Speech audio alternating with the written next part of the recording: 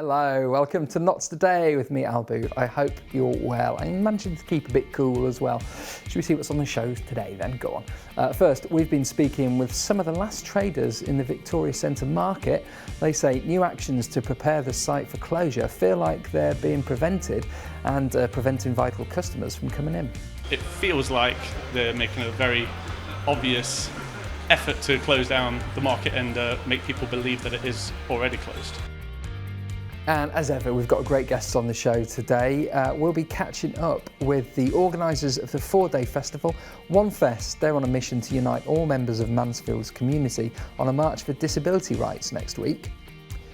Also, in your other news, you'll hear about the unusual case of a woman who lured vulnerable men she met online to a house so they could be trapped and robbed. Daniel Summers talked the men over to the address in Chilwell. When they got there, they were confronted by a man with a baseball bat and wearing a balaclava. We're also going to hear from the organisers of Nottingham's Summer Harmonies as well. The event's taking place on Sunday the 20th of July. There'll be 5 local choirs of all abilities, all coming together to present a spectacular afternoon of music. And we'll hear from Mansfield's town manager Nigel Clough as well. He signed a new 2-year contract to be manager of the Stags. I think for the club to come out of the conference and now to be looking to establish itself in League One in a relatively short space of time in football terms, 10 years, I think is very good. And more coming up just for you. First then, remaining traders at the Victoria Centre market say Nottingham City Council is attempting to hinder their businesses by removing signage and restricting public access. Although many businesses have left since the authority's announcement to hand back its lease of the site, the remaining businesses say the decision to impede customers is a sign of bad faith. Jack Sims has got more. The Victoria Centre market, once filled with more than 200 businesses, is now just a scattering of shops. In June last year, Nottingham City Council, the market's leaseholder, confirmed it would be asking stall owners to hand back their keys after declaring the site unsustainable. Although the closure deadline passed in March, there are 5 traders with stalls still open for business, with negotiations ongoing to determine compensation for those left. But these businesses say they are now being forced out by the City Council after they put up barricades around entrances, removed signs near vacant stalls, and switched off lighting. David Bowie has co-run Tit King at the market for a decade. He's calling the recent actions coercive and says the move isn't in line with the council plans to negotiate. Feels like they're making a very obvious effort to close down the market and make people believe that it is already closed. We accept that the market is going to close. It's just we cannot leave until we've got some sort of continuation of business after the market closes. And as of yet, the council have not made an offer to us that would allow us to do that. The offer that's on the table at the moment would certainly see me not only out of business, but I would have to sell my house. For those who have left, the fight to survive continues. Mona's Beauty Bar operated at the site for 18 years. Although they now have a new location, they wish things could have been different. I wish they never shut the market. This is where, like I said, where we started. It was a great place for people to run their businesses, to interact with the public, to give them something different as well, something unique. But are they bothered? That's the question. We also spoke with customers of the market to hear their thoughts on its decline. I don't know what things coming to nowadays for them to shut it down like that. It's just not on. I think it's a terrible thing to do. I think especially for older people love to come in here. It's all over now, isn't it? In a statement, Nottingham City Council said the removal of signs and limiting access to vacant areas are standard procedure and a part of early preparatory work to return the market space to the centre. But for those who are left, a passion to provide for the public still burns within these remaining stalls. Jack Sims for Knots TV. Right, time for our first brilliant guests of the show now, and we're going to talk all things One Fest. It's Mansfield's week-long learning disability and autism festival, and it's showcasing a whole range of artists pushing the boundaries of music, theatre, comedy and live performances. And as part of the festival on the 11th of July, March for More is also holding a march to demand recognition and respect under this year's theme, My Life, My Right. Here to give us all the details are co-CEOs of Unanima, Tracy Radford and Dr. Brad English. Thank you for coming on. Let's talk about OneFest first of all. Here it is. It's such a great lineup. We worked really hard to bring in an extraordinary and exciting lineup of disabled-led theatre, music and comedy. So yeah, we plan it. Like you say, really diverse and the absolutely. talent there. Yeah. How did this come about in the first place? How did OneFest, how was it born? Go on. Well, it sort of started with we were trying to make sure there was more opportunities for learning disabled and autistic people to get their voices heard and be recognised and have their chances in society. And we did that with the march initially. It was just the march. But the numbers just kept growing for people attending this annual march for learning disabled people to stand up and be proud and have their voices heard. And it got to the point where we realised it needed to be something bigger. So we thought, what better than a festival celebrating neurodiversity, celebrating learning disability, celebrating talent, art, and that's what we did. And we were just saying before, we took the lockdown for COVID to plan it all and put in a funding bid, and that's what brought it to life, didn't it? Yeah. And it's just built, and the blue sky thinking on it is it will be the destination festival to see disabled-led work within the East Midlands. Yeah, So that's the fantastic. plan. I mean, the shows as well. Well, I was looking at it earlier. There's Pillock, which is just a great Great word. name, Not yeah. enough people use the word Pillock No, these days.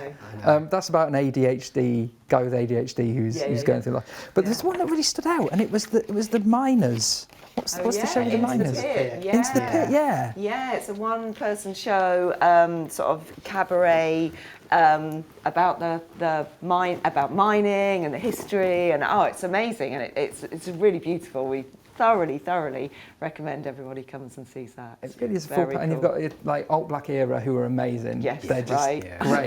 Yeah. They have to be seen to be believed. For and sure. they're such sweet girls as well. Yeah, I know, right? I know. You watch them on stage, they're like rah. It's unreal, isn't it? Amazing. Yeah. Let's talk about the march then. Like you say, it began with the march, and that's obviously a focal point of it. Let's talk about what the march is about this year.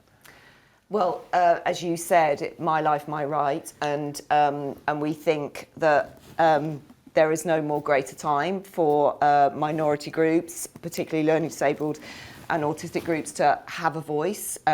If you think about the political climate that there is, and with the cancellation of EDI, all that sort of stuff, we really feel that this is the time to sort of stand up and say we demand to have a place in life, and that's part of the mission that we're on, isn't it? Certainly within the arts and society, more generally, just to sort of say the treatment of learning disabled people is woeful.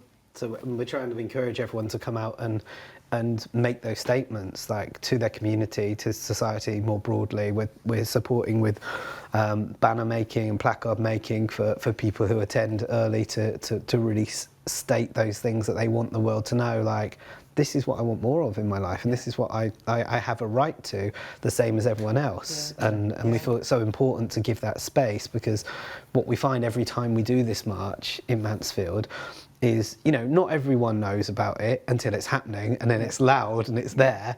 And what you find is people who are just there doing their shopping or just happening to be in town stop and look and like, where did this come from? And they can read the placards and hear these voices and think, actually, I'd not considered this. I'd not considered that these learning disabled, neurodivergent people are not being given the same opportunities as the rest of us. So yeah, the My Life, My Right thing feels like it's going to be the one of the biggest ones yet to really make that statement. Amazing. It's fantastic. How can people get involved? Oh my gosh.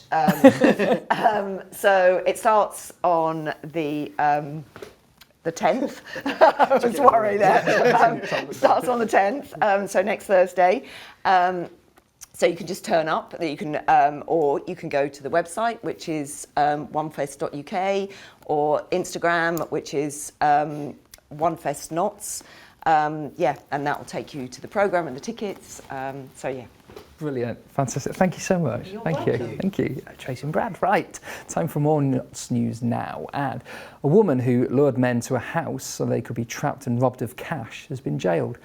Danielle Summers convinced the vulnerable victims to visit the address in Chilwell in separate incidents during April. After chatting to them online, she'd invite them over, then make an excuse and leave the room. That's when a man with a baseball bat and balaclava would appear and make them hand over cash. The man has never been traced, but Summers was charged with robbery and convicted after a trial at Nottingham Crown Court. On Monday, Summers of Ilkeston was jailed for 5 years. And a man is still in hospital in a serious condition after falling from a bridge onto the A60 at Redhill in Nottingham this morning. The man in his 40s was found unconscious on the road at 4 a.m. His injuries are described as life-threatening. The road was closed for several hours following the incident. Notts police say while they're keeping an open mind, they don't currently think the incident was suspicious. And there are fears Nottinghamshire councils are running out of time to reach an agreement over a planned overhaul of the area's local government system. A new report reveals the concerned cross-authority agreement will not be achieved in July as planned. The government wants to merge councils together, effectively scrapping smaller district and borough councils in favour of bigger authorities. But the City Council, Broxtowe Borough Council and Rushcliffe have all got different views on how things should be divided up under the plans, and that means they could miss government deadlines for business cases and consultations in November. Right, when we come back, we're going to learn more about the Iron Giant, which sits on the border with Derbyshire. We're also going to meet the women who are bringing local people together through the power of song. Might even have a go myself.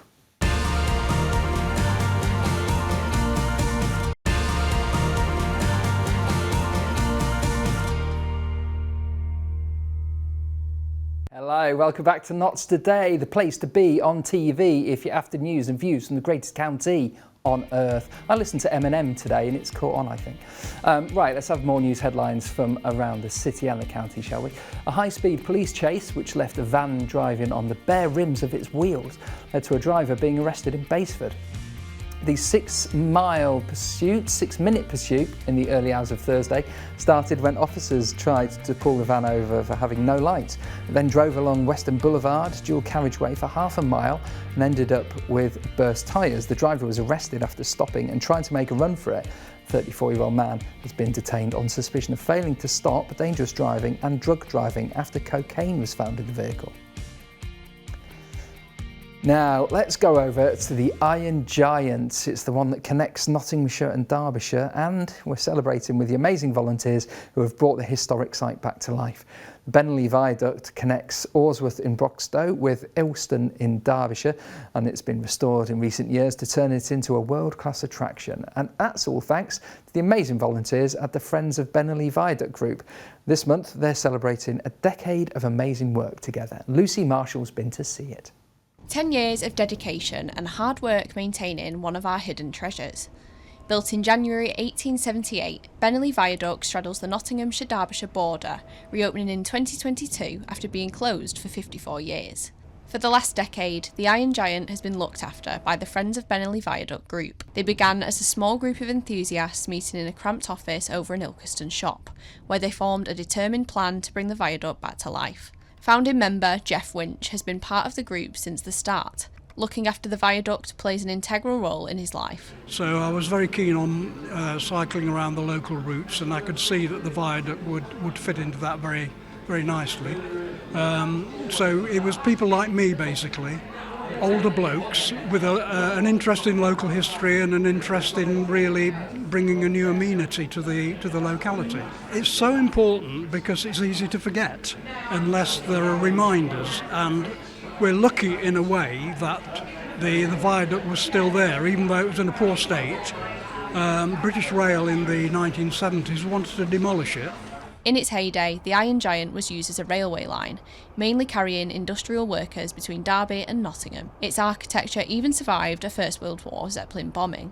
Nowadays, the area is a much-loved nature spot, which walkers and visitors describe as a haven to be protected at all costs. The viaduct is also currently undergoing a 21st century update. The £1.5 million project will feature a visitor centre, accessible entry and a nature reserve. Leader of Broxtowe Borough Council, Milan Rajuvelik, praised the group's commitment to protecting the giant. A project of this size and magnitude and importance always requires cooperation, dedication, understanding and teamwork, and I am absolutely honoured to have the opportunity to work with them to build something for future generations. Happy 10th birthday to the Friends of Benilyn Viaduct.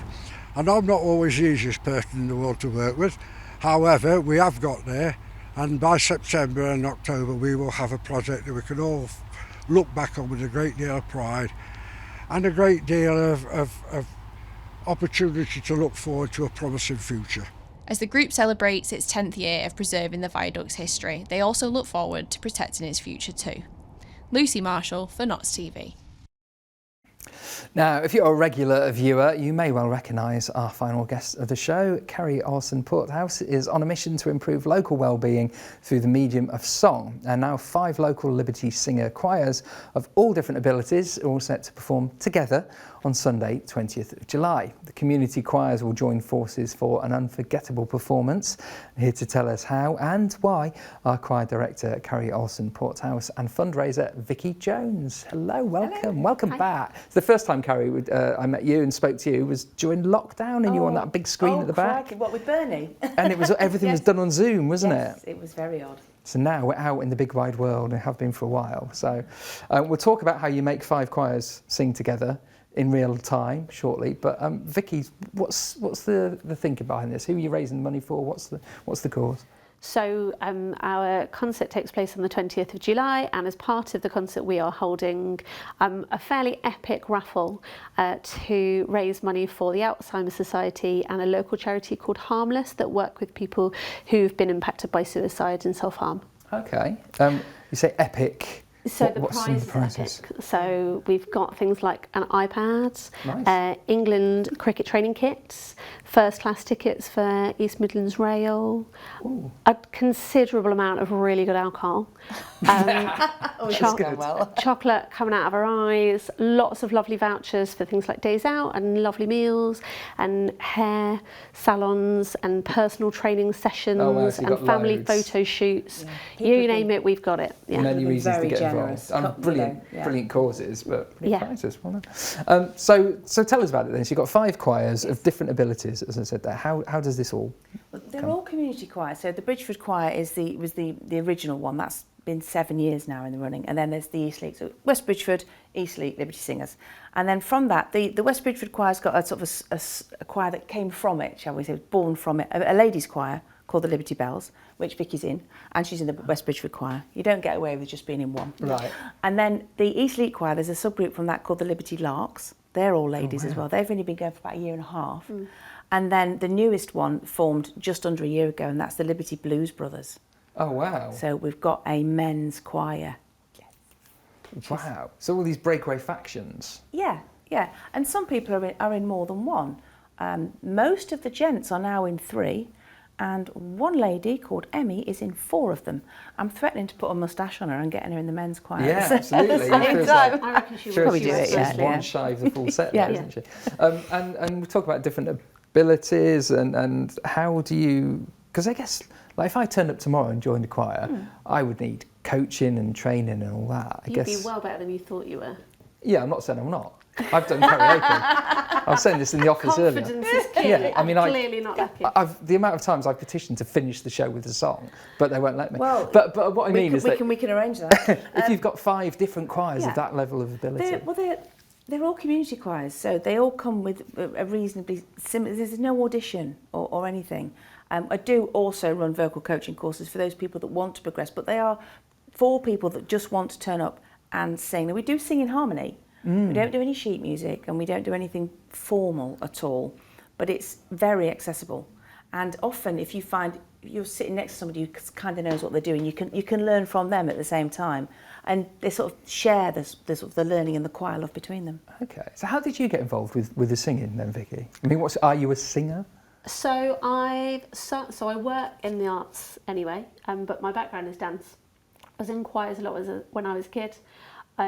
My best friend basically harangued me. She joined the Eastleigh Choir when it was first set up and spent a year telling me, oh my God, you have to come to this choir, it's amazing, you'll have the best time ever. And I couldn't go on the same evening that she does to Eastleigh, so I thought, well, I'll go and give West Bridgford a try. And came out of the first session and rang her and was like, okay, fine, you win. Yes, I can see why you like this so much.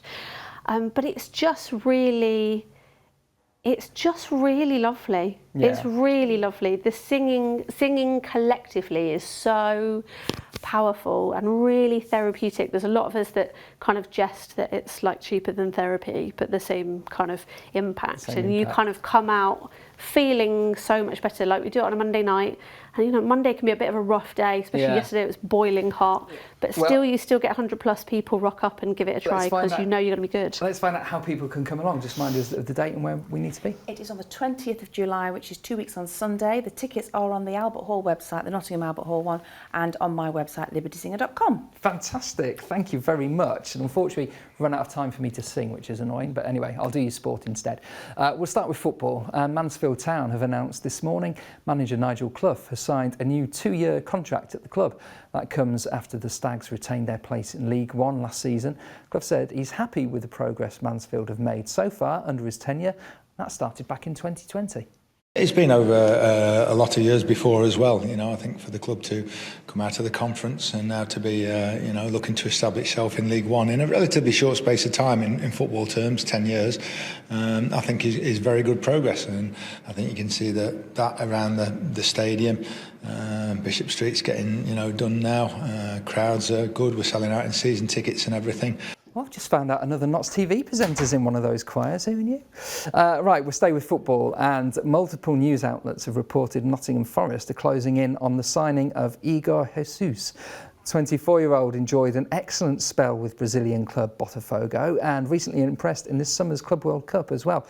He scored twice, including a shock winner against the current Champions League holders PSG. The fee is reported to be between £10 to £20 million. The signing is expected to be confirmed by the club in the coming days. Now, Wimbledon is on. Several Brits are making their way through to the first round, including Nottingham-born Billy Harris. 30-year-old was selected for the main draw as a wild card, and he converted his opportunity against world number 118 Dusan Lajovic.